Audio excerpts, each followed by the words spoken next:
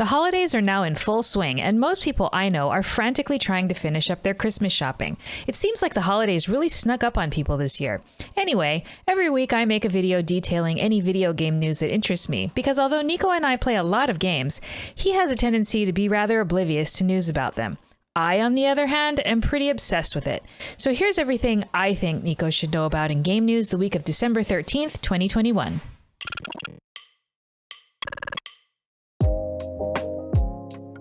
Okay, remember last week when I mentioned that Final Fantasy XIV was giving its players 7 days of free game time because of the issues they've been having with login queues and errors? Well, Naoki Yoshida and his development team are hard at work trying to alleviate these problems, and on December 15th, a statement was released in order to update the players on the steps that are being taken to address them. First of all, players are being given an additional 14 days of free game time. Second, they are temporarily suspending all sales of the game, both physical and digital. They're also suspending any new marketing and advertising campaigns. Can you imagine having your game be so popular you have to halt sales? Damn, what a problem to have. They're also temporarily suspending the amazing free trial and prioritizing logins for players who are paying a monthly subscription. Third, they figured out that the error causing people to crash while waiting in queue is caused by some old code used in the 1.0 version of the game, which released back in 2010. They'll be fixing that in patch 6.01 on Tuesday, December 21st. Finally, they're working with various IT equipment vendors in order to figure out a roadmap for adding new servers. They're considering adding servers in each region, with particular emphasis on North America and Europe, and are hoping to have more information to share by the end of January 2022. Ubisoft is developing a remake of the original Splinter Cell game. Originally released on the Xbox in 2002, Tom Clancy's Splinter Cell is a stealth action shooter game. The remake will be rebuilt from the ground up in Ubisoft's Snowdrop engine, but according to the developers, they plan on keeping the original spirit of the game. They say, "We're going to update it visually, as well as some of the design elements to match player comfort and expectations, and we are going to keep it linear like the original games, not make it open world." I've never played Tom Clancy's Splinter Cell, but I remember how incredibly popular it was when it released, and people continue to talk about how genre-defining and great it is, so I look forward to playing this when it releases. I know I'm really bad at stealth, but since the project only just got greenlit and they're currently hiring for the development team, I'm sure I've got a good amount of time to get good. Speaking of remakes, Night Dive, the studio behind the upcoming System Shock remake, announced that the game should be releasing sometime next year. We first learned about this remake back in 2016, and its original release date was in 2017. Then, due to issues of scope and focus, the project was put on hold for a while until they sorted out what they were doing, and then it got a release window of summer 2021. However, as it is now December, that date came and went, with no news until this past week. In addition to an update to the release window, they also provided some cool new screenshots.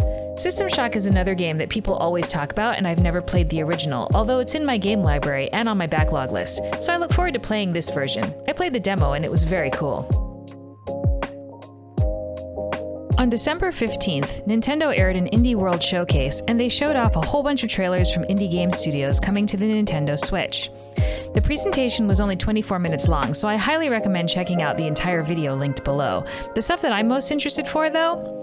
Sea of Stars, a turn-based RPG featuring music from legendary video game composer Yasunori Mitsuda. There's a point-and-click adventure game called Locomotive, which is a murder mystery that takes place on a train, so of course I'm interested in that. It's expected in summer of 2022. There's a 2D platformer called Dungeon Munchies that released on December 15th that looks like something Nico would really like.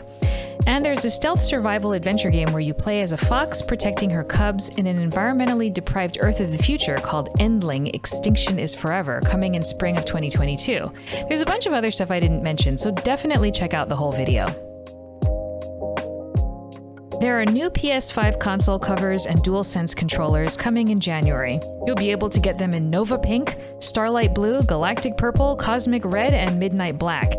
The red and black controllers already existed, but the console covers are a new thing. Here's what I'd like to know. What is it against the color green? Aside from Xbox, I can never get officially branded peripherals and accessories in my favorite color. Bums me out. And on the topic of shopping, Xbox has decided to commemorate its Red Ring of Death on the 360 with a $25 poster. Okay, they're calling it a premium print. But let's be real, it's a poster.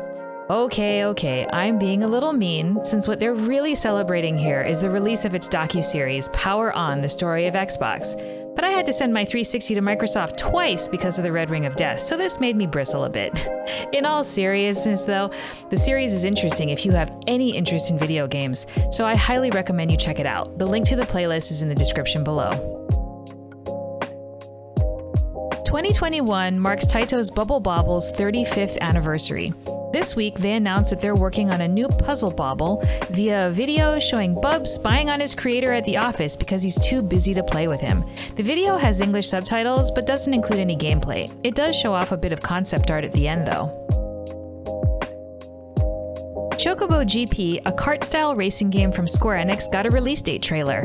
It's a sequel to Chocobo Racing, which was released on the PS1 in 1999, and it's scheduled to release on the Nintendo Switch on March 10th, 2022. I'm terrible at these games, but I love anything Final Fantasy. Plus, Nico used to kick my ass quite a bit in Chocobo Racing when he was a little kid, so I have fond memories. The PlayStation 2 action RPG Baldur's Gate Dark Alliance surprise released on Steam, Good Old Games, and the Epic Games Store. While the game has been ported to various other consoles besides the PS2, this is the first time the game has been available on PC. I never got around to playing this game, so I look forward to checking it out. And finally, Nintendo added 5 games to their Nintendo Switch Online Plus expansion pack. These games are all from the Sega Genesis, which is a console that I never really got to play with, so I'm excited to be able to try out these classic games. They are Altered Beast, Toe Jam and Earl, Thunder Force 2, Dynamite Headdy, and Sword of Vermilion. And that's it for last week's news recap. From both Nico and me, Spawn Respawn wishes you a very happy holiday season. I'll be back next week with more news and adventure, which I hope you'll join me for. But until then, play lots of games and have an awesome week.